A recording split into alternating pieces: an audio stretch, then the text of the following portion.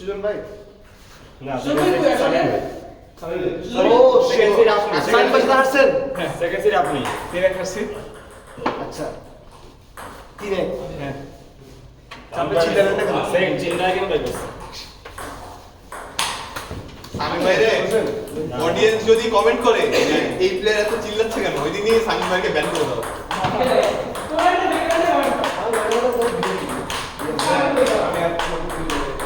আমার মাল করি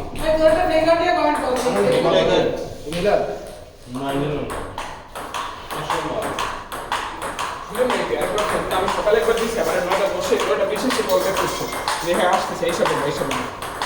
প্রথম আসতে জানি আজকে ঢাকায় এসে পড়ি আজকে ডেডমিশন বেস্ট আছে আমার ছেলে ডেডমিশন বেস্ট আমি দেখলাম পুরো কারণ বাজার থেকে শাহবাগ পুরো রাস্তা ব্লক কালকে ছিল কালকে কালকে ফ্রেন্ডের সাথে প্ল্যান করছিলাম আমি আর হাসান পরে বলে যে ভাই এখানে যেতে আর নিয়ে ফিমান কিনা আগে ছিল না না না কোন কিছু এই এরপরে টিচারে গেলাম ও 300 টাকা খরচ করে নাও ফেডারেশনে কি ফ্রি সামিম ভাই আপনাকে মোটা বই নিয়ে না আমি শেষ আজকে আপনি নিবেন কিন্তু তো খাই না পকেটে দেখেন এই যে ফাইভ এখন চলে যাবে কি ভাই আপনি যা বলছেন না না না আরে যাও এখানে গরম না ঘুরে আসছে ভাই আনহেলদি মানুষ আর একজন নাস্তা করতে যাচ্ছে হ্যাঁ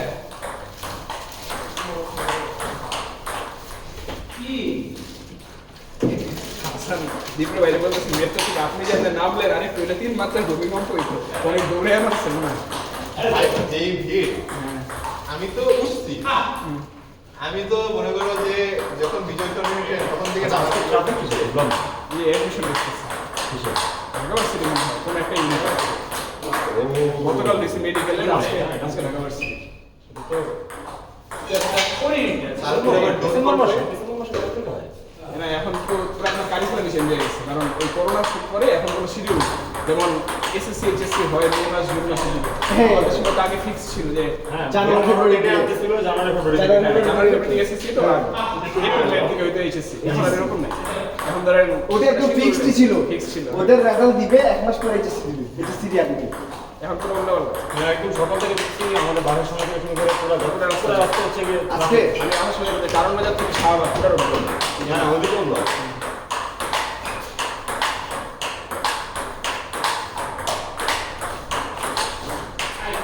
সিনেমা খেলা হবে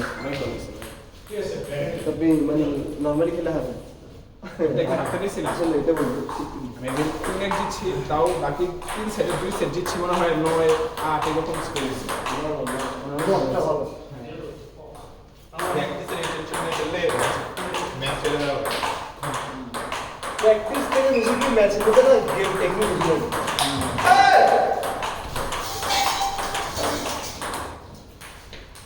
লাস্ট সেটে আবার কি মারছে রে ভাই আগে সেটগুলোতে তাও কিছুটা ব্লক দিতে পারছে লাস্ট সেটটায় প্রায় মিলে খেয়ে দিতাম 2 করছিল খুবই বাজে খেললাম মুখের সময় মারতে মারতে দিলাম না এমন কি যে করলাম কি খেলছি আজকে প্লেটে যাওয়া লাগবে প্লেটে দেখা হবে যদি আসতে পারছে লেটে সাথে প্লেটে গেলে তো 2 জায়গায় কাছে ভালো লাগবে না তোর জন্য কঠিন ওই জন্য একটা ভাবছো না না ইমরান স্যার চিন্তা করছি যার কাছে হারছিস তার কাছে হারলে সমস্যা না আমি ফাহিমের কাছে ফাহিমের কাছে সুজন ব্যবসা যদি না পারি শেষ আমি তো দীপাবলিতে হারবে হ্যাঁ তোরও 2টা লুজ মোটামুটি কনফার্ম আমার এখন সুজন ব্যবসার সাথে জিততেই হবে কিন্তু ঝামেলা লেগে যাবে সুজন বেজে যাবে সামিন বাইরে হারিয়ে যাবে তখন ইকুয়েশন বেড়ে যাবে আজকে সামিন সুজন ব্যবসার সাথে জিতা লাগবে আমি যদি বাকি 3টা জিতি তাই 2 জায়গায় ধর সুজন ভাই এসে আবার সামিন বাইরে হারাইলো সেও 3টা জিততো তখন একটা ইকুয়েশন বেড়ে যাবে না না সামিন ভাই আজকে সমস্যা নেই সামিন ভাই আজকে উঠে যাবে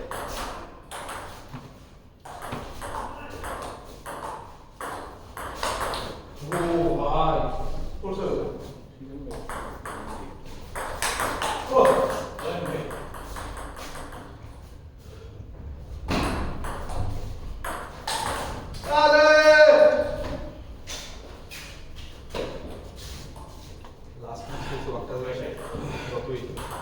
কি মারাটা ভাঙলাম আরে আজ কে খেলতে দেবে কতটা ধরে বল হ্যাঁ কিন্তু বলি দেয় মারান যে নামে তো পয়সা খেতে যাবে বলি পক্ষে পড়ে যাবে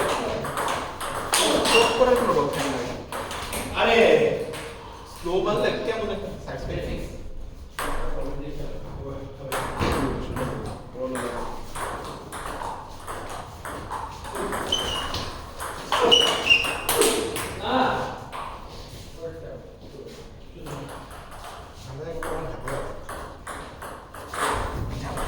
ভাই আমরা তো যেগুলো সেগুলো জিনার জিনিস হারাইছে আমরা বেঙ্গল সে বেঙ্গল হারাইছে বেঙ্গল চলে হারায় চলে ওই বার চলে যাবে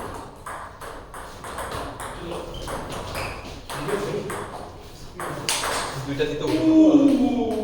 অনেক কঠিন হিসাব নিকাশ করা আরে বাংলাদেশের এসে দিচ্ছি স্বামী পেশাতে দুই হয়ে যাবে হ্যাঁ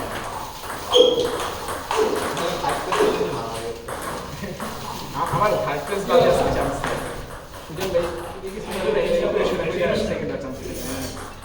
ওকে ফার্স্ট ক্লাসে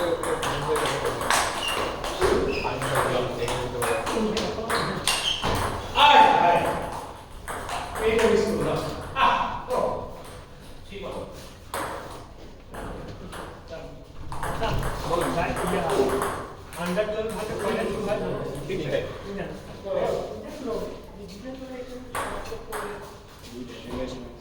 নোট করবে আমরা একটু বলি দিলাম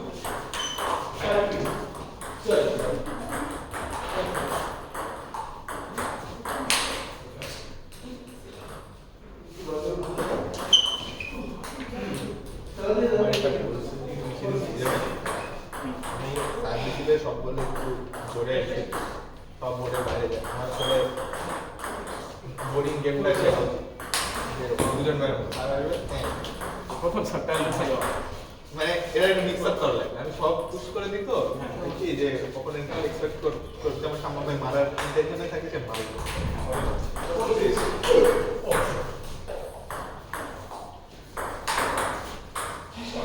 কি করে দাও আজকে পয়েন্ট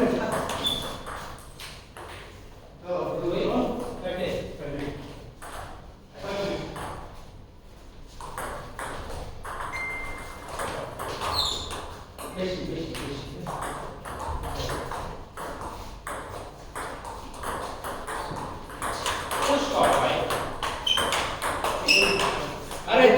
দুপুর বিকালের দিকেই আমার বউয়ের ফ্রেন্ড হচ্ছে ডাক্তার বুঝছিস ডক্টরস গ্রুপে নাকি মানে বলছে যে হচ্ছে অলরেডি কমায় চলে ওখান থেকে বেশি ফিরে একটা বড় মিলে যায় আমরা বলছি সিএস স্কোর হচ্ছে 3 কোমার মানুষের স্বাভাবিক মানে এটারে বলেছে কেন গ্লাসগো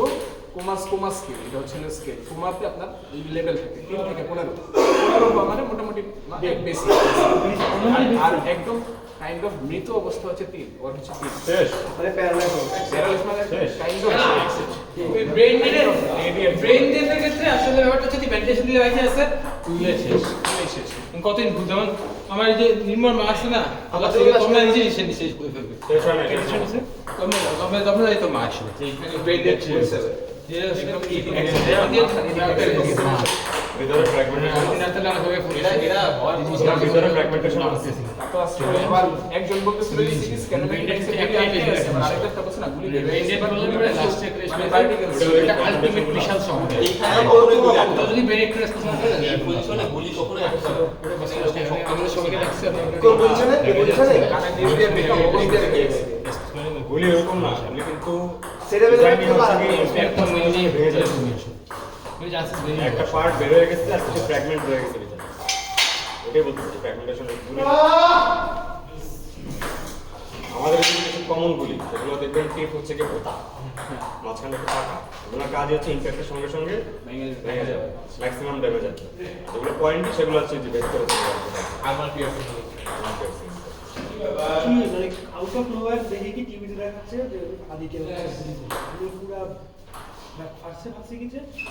মানে মাথায় লাগছে তো কখনো ভাবি না যে হাত পায়ে লাগছে তাহলে যে অবশ্যই বেঁচে যাবে আমি বলতে মানে ওই বাঁচে তাহলে আল্লাহ জয় বাঁচবে, আদারওয়াইজ এখান থেকে থেকে রিকভার করা আসলে এই যে কান নিচ দিয়ে বলছে না, এবং তাহলে তো এটা তো এটা আলাদা কোনো শাস্তি হয়ে যাবে কথা, এখানে যে ইয়াটা আছে স্নাইপার আমি একবারে পোস্ট দেখছি, সে বলছে যে আসলে মারা গেছে কিন্তু ইমিডিয়েট আউটবার্স ঠেকানোর জন্য অ্যানাউন্সমেন্ট দেয়। এটা দিলে তো কালকে একটা বিশাল আলোড়ন সৃষ্টি হয়ে যেত যদি দেখা যায় মিছিল মিছিল বাইরে রাত্রেবেলা ঢাকা লাগতেছে সব জিনিস সামাল দিয়ে তারপরে পরে অবস্থা বুঝে হয়তো আজকে কালকে যখন দেখবি যে এখন আসলে অ্যানাউন্স করাটা সেফ, মানুষের ইমোশনটা কমছে। আমি ধরে নিই যে খালেদার সময় খালেদা জিয়া মারছে। না আমার তো আরেক ভাই বলছে Khaleda Zia almost kind of brain dead হয়ে গেছে, কিন্তু খালেদা জিয়া তারিখ দিয়ে আসবে দেশে সব কিছু মিলায় গুছিয়ে গুছিয়ে হয়তো অ্যানাউন্স করবে। জানি না আসলে ওই যে ইনফরমেশন দিচ্ছে একটা সাংবাদিক। এটা মানতেই পারছি আমি রাত্রেবেলা কালকে আবার দুইবার ঘুম ভাঙছে, এরপর মানে 3টা 1টা 4:30টায় আমি উঠেই ফার্স্টে মোবাইলে ফেসবুকে ঢুকে মারা গেছে নাকি দেখো, মানে আমার ছটফট আমি আর ভালো হইতেছে না। কালকে সারা রাত কথা ছেলেটা মানে আমি ওনাকে দাওয়াতে গেছি যে ওখানেও বলতেছি হাতিয়ে দেবো হাতিয়ে হাসান বলতেছে কি বিএনপি লোকজন হাসান বলছে আরে না বিএনপি লোকজন এত খারাপ, খারাপ, কিন্তু এখন মারলে বিএনপি তো ধরা। বিএনপি তো খারাপ, যা ভোট দেন আরো কমবে বিএনপি লোক মারেই কে করছে এটা ছাত্রলীগ না আউটবার্স যাবে কিন্তু প্রমাণ হলে লিখে কিন্তু দিলে পাই। লাগবে। তো নাহলে আউটবার্স এর মধ্যে লাভ থাকে। তখন প্রমাণ হবে ভাই এখন আমাদের ছাত্রলীগের অনেক কিছু আছে, আওয়ামী লীগের এগেস্টে কথা বলতে Yes. নাকি বেনকে ছিল আগে বেনিফিট না, বেনকাপের একটা টুর্নামেন্ট দেখেছিল, বেনকাপ অ্যারেঞ্জ করছিল, বাট এবার বেনিফিট হবে এই জায়গায় জামাত, কারণ আপনার ওই সাদিক কেন দাঁড়ায় নেই জায়গায়, আরে ওইটা হচ্ছে বুঝো আমাদের এখন ইয়ে দেয় এই জায়গায় দাঁড়াইছে হেলালুদ্দিন, ইয়ার কারণে জামাত হেলালুদ্দিন দাঁড়িয়েছে নমিনেশন। ওকে গুড ওয়ার্ক, মানে আপনার এই জায়গায় হইতে কি বিএনপি ভোট ব্যাংক তো ফিক্স অলরেডি আলোচনা হইতেছে নিউজ করে দেওয়া কার ভিডিও বলবেন ঠিক না আপনি দেখেন। আমি মিউট করে দেবো থাকলে হাদের কাছে শেয়ার করতে ভোট যায়। এখন হাদি নাই। কিছু মানুষ যারা মিডল গ্রাউন্ডে আছে বিএনপি থেকে ভোটটা যাবে। আমি এটাই বলছি সেই থেকে ভোটটা যাবে। এখন আপনি যদি চিন্তা করেন আজকে ভোট দিতে যাবো কাকে দিবেন? তখন বিএনপি একটা ভায়াবল অপশন হিসেবে দাঁড়াবে, যেটা আপনি হারি থাকলে হয়তো কিন্তু হাতে থাকলে আমার ভোট ডিভাইড হয়ে যেত, এই কথা সুবিধা ছিল। হ্যাঁ ভোট ডিভাইড বিজেপিতে সুবিধা হতো। মানে ওটা জিততে গেলে আরো অনেক আরেক বিজেপি বলতে কম্পিটিটিভ পেয়ে হাদি হাতে আরেকজন জামাতে ভোট দিবে। তো কাইন্ড অফ জামাতে যত ভোট ব্যাংক কিছু আছে ওরা তো হারিয়ে দেবে, তুমি জামাত পারি না তারাও দেবে না। তারাও দেবে না। So, মানে বিএনপি ভোট হারাইছে বিএনপি ভোট হারাইছে এবং যারা যে এজেন্ডাতে শেষ ভাই কাইন্ড অফ ব্যাপারটা এরকমই হয়েছে। আই হোপ যে লুকিল ওয়ান হাদি you just gave back to 100 vote এরকম কিন্তু এগুলো নিয়ে আসে মাথা। এগুলো ছিল বিজেপি ভাষা, এগুলো বাস্তবে ওর মোটিভ নেই, ওর আসলে হাতে মারানোর পর এখন রাস্তায় বেরোতে আপনার আমার ভয় লাগে। exactly, ওর লস হয়েছে। এমন না যে আমরা ওই সাহসটা দেখাবো। কালকে একটা এটা শুনতেছি এখানে ম্যাচ দাও, ম্যাচ সবচেয়ে ভালো মোটিভ আওয়ামী লীগের শেখ হাসিনা নাকি ভাই, বড় ভাই, কথাবার্তা চলো ভাই, বলতে টেবিলে আপনার। ওই ব্যারিস্টার ফুয়াদ হাদি